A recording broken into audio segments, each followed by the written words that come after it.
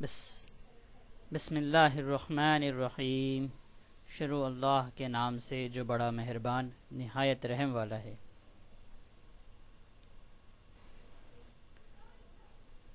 جماعت ہشتم، نظم حزن اختر، شاعر کا نام واجد علی شاہ، تیار کردہ عبد الخالق سر۔ اس حصے میں ہم انشاءاللہ حزن اختر کے جو سرگرمیاں ہیں، سوال جواب ہیں، اس لکھیں گے اور حل کریں گے انشاءاللہ۔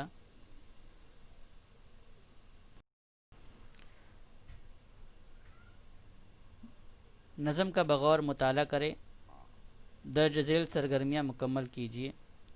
جان پہچان کی مدد سے مثنوی کے شاعر کا شبکی خاکہ مکمل کیجیے۔ مثنوی کے شاعر: اصل نام واجد علی، محمد واجد علی، تخلص اختر، دور حیات پیدائش 30 جولائی 1822، انتقال 21 ستمبر 1887۔ ادبی حیثیت شاعر اور ادیب ہیں۔ دلچسپی ڈرامے اور رہس میں ان کو دلچسپی ہے۔ تو یہ یہاں کا یہ مثنوی کے شاعر کا شبکی خاکہ مکمل ہوا۔ آگے چلتے ہیں۔ ایک جملے میں جواب لکھیے۔ پہلا، داستان رنج کون سنا رہا ہے؟ تو یہاں پر کون ہٹا کر کے واجد علی ابن امجد علی، تو داستان رنج واجد علی ابن امجد علی سنا رہا ہے۔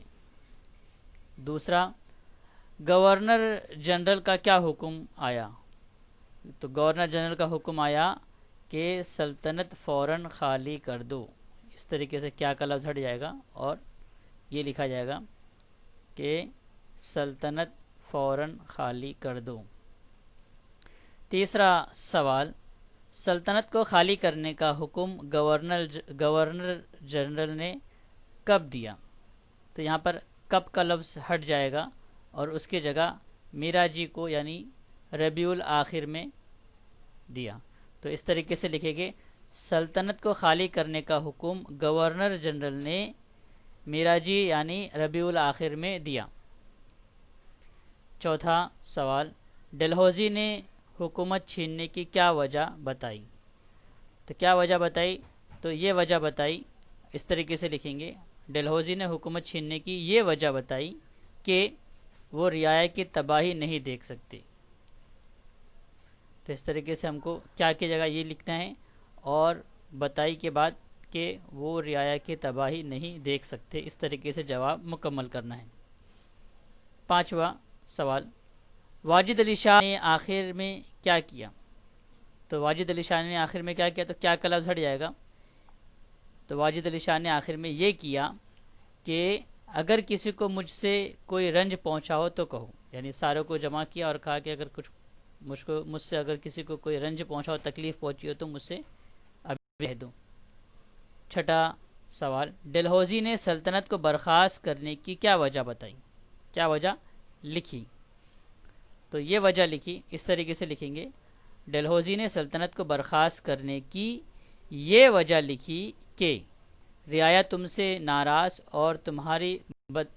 ہے اور تمہاری بدنامی ہو گئی ہے، یعنی تم بہت زیادہ، تمہاری سلطنت اور ریاست بہت بدنام ہو گئی ہے۔ یہاں پہ تھوڑا سا اصلاح کر لیں گے۔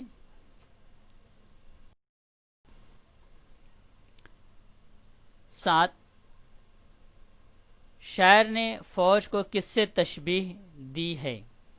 تو کس کو لفظ ہٹا دیں گے، شاعر نے فوج کو دریا کی موج سے تشبیہ دی ہے۔ 8واں، ڈلہوزی نے واجد علی شاہ کے لیے کیا رعایتیں لکھی؟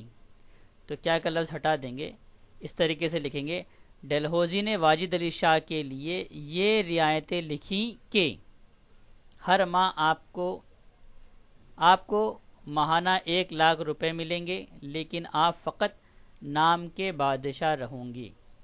یہ رعایتیں لکھی۔ 9واں، خط پڑھنے کے بعد نواب واجد علی شاہ کے گھر والوں پر کیا اثر ہوا؟ تو کیا کا لفظ ہٹا دیں گے اور کیا کی جگہ ہم یہ لکھ دیں گے، تو خط پڑھنے کے بعد نواب واجد علی شاہ کے گھر والوں پر یہ اثر ہوا کہ گھر میں کوہرام مچ گیا اور دن کے دوپہر کے وقت اندھیری رات کا سما ہو گیا۔ اس طریقے سے لکھ لیں گے۔ 10واں سوال، نواب صاحب نے عزیزوں سے کیا کہا؟